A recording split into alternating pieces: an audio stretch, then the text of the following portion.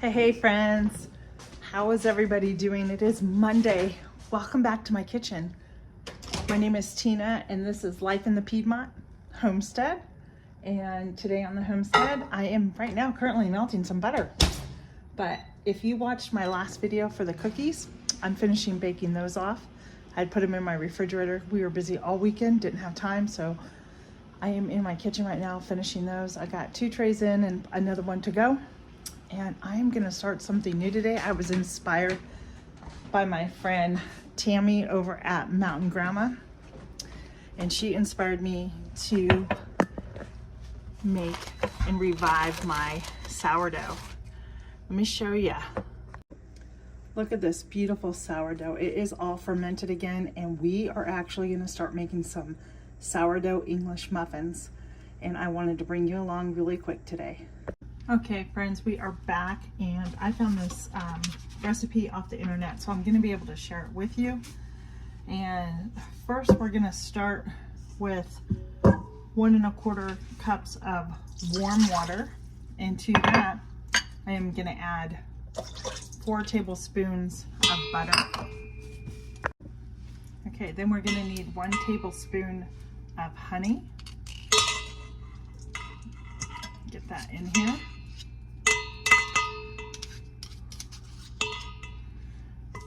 I should have probably sprayed my tablespoon so it would fall out easy, but there we go. Just a little, there we go. I got it. Put that in the sink. Let me wash my hands really quick because this is this really got sticky. And then to that, I am going to do 1 1/4 teaspoon of salt.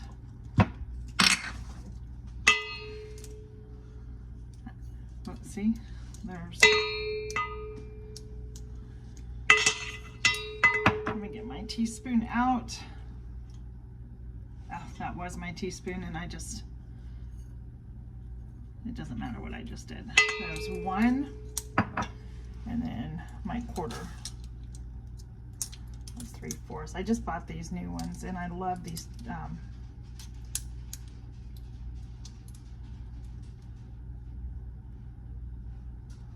measuring spoons.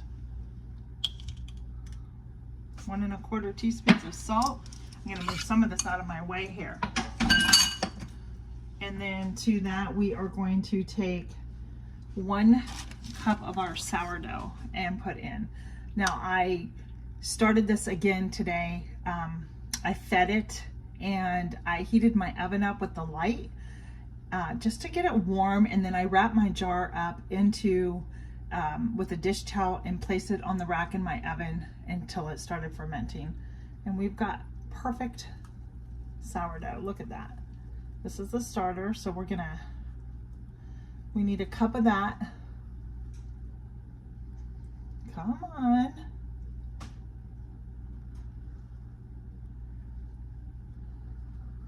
There we go.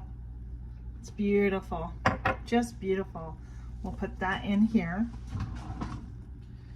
I'm gonna grab my spatula out too.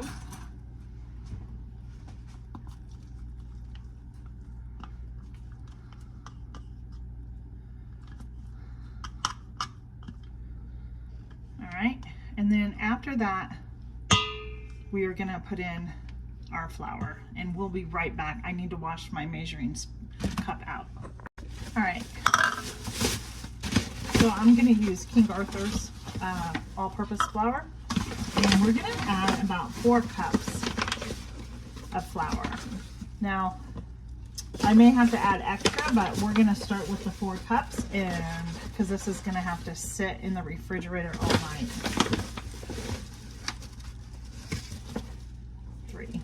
I lost count. All right. And there is 4.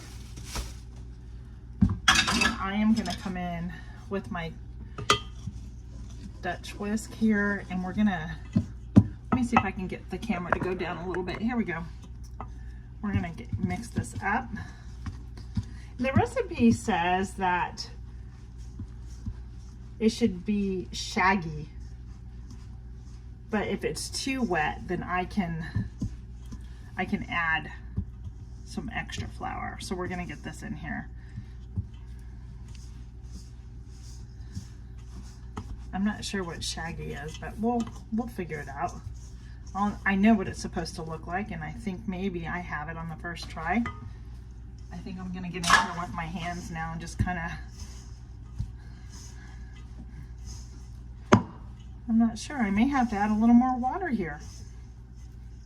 It's coming together though. So I'm just gonna keep folding this over and just kind of mixing it with a, try not to knead it. I think it's a little too dry. So I'm gonna grab a little more warm water and add gradually.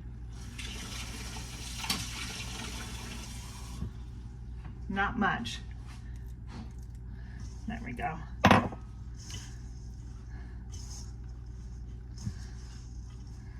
Do you know what that means? Till the dough is shaggy.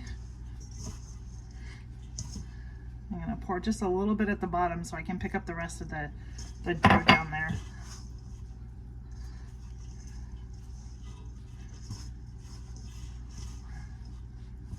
So I'm gonna go ahead and cover this, and I am going to cover this and then put it in the refrigerator for 8 hours up to 24 hours. I won't get back to this until probably tomorrow, since it's late in the afternoon here.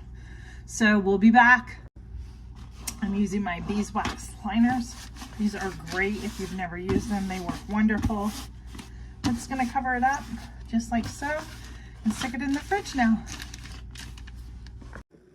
All right, friends, I am gonna get ready to attempt to do these English muffins. We'll see how they come out. Now, I didn't like the texture of my dough, so I literally left it out again all night.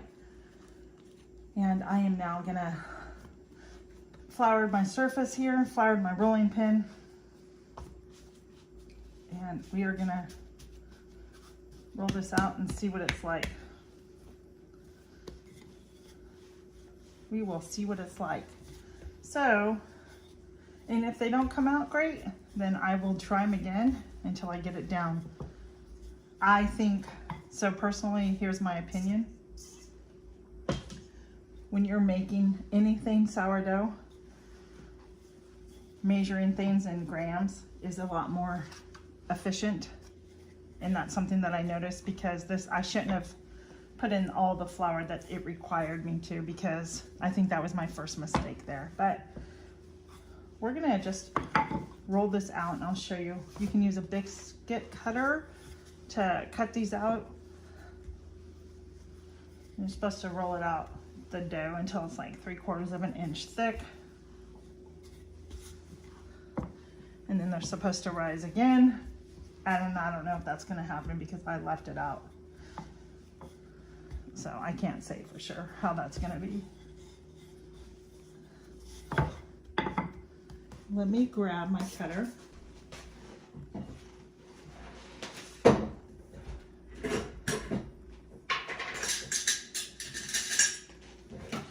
I am surely just using a lid to one of my mason jars, and I'm gonna cut.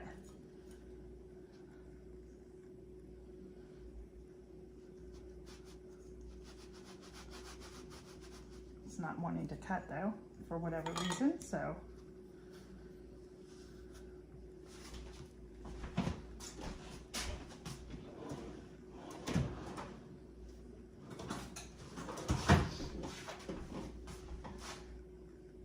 And I have a parchment paper over here on a cookie sheet, all lined with some cornmeal,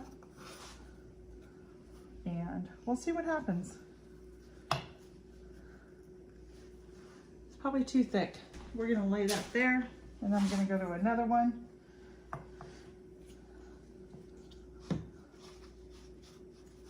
That one came out a little bit better there.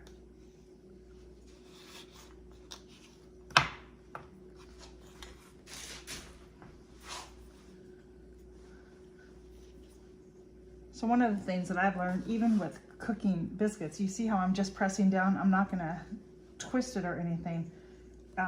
I heard now, and if you've ever had a problem with it, you'll know that when you twist, like your cutter, it closes all these little, oh, what's it called? Holes up. So you want to leave it, you just want to press down and up. That will help them rise, and it will help them cook the way that they need to. So I am just going to keep cutting these out, and I'll be back when I show you what these come out like. All right, friends, the first batch is off. 4 minutes is too long on my stove. Here you go, and here you go. Nice and toasted. I'm gonna cut this in half and see what it looks like.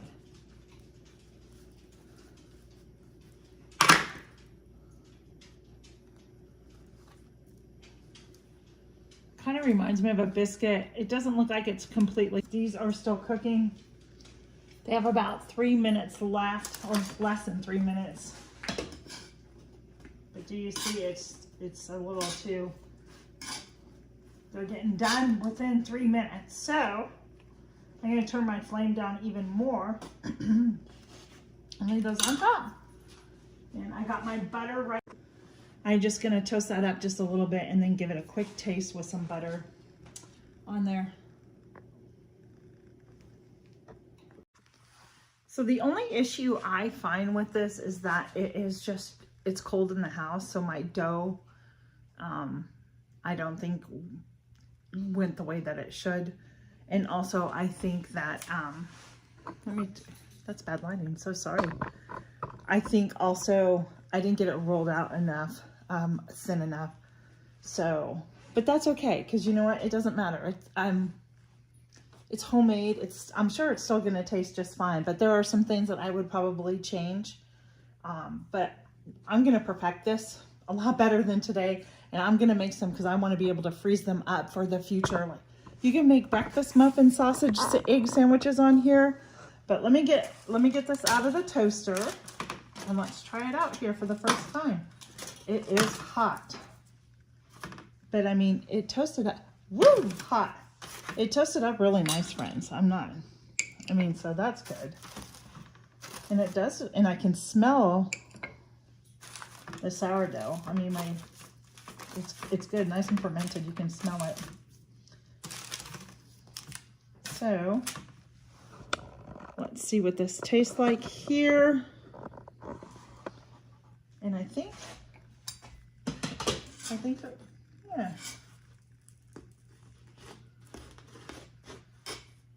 Just checking on my other ones, which can stay on there a little bit longer. So let me see. So there you go. There's the bottom part. Let's give it a taste.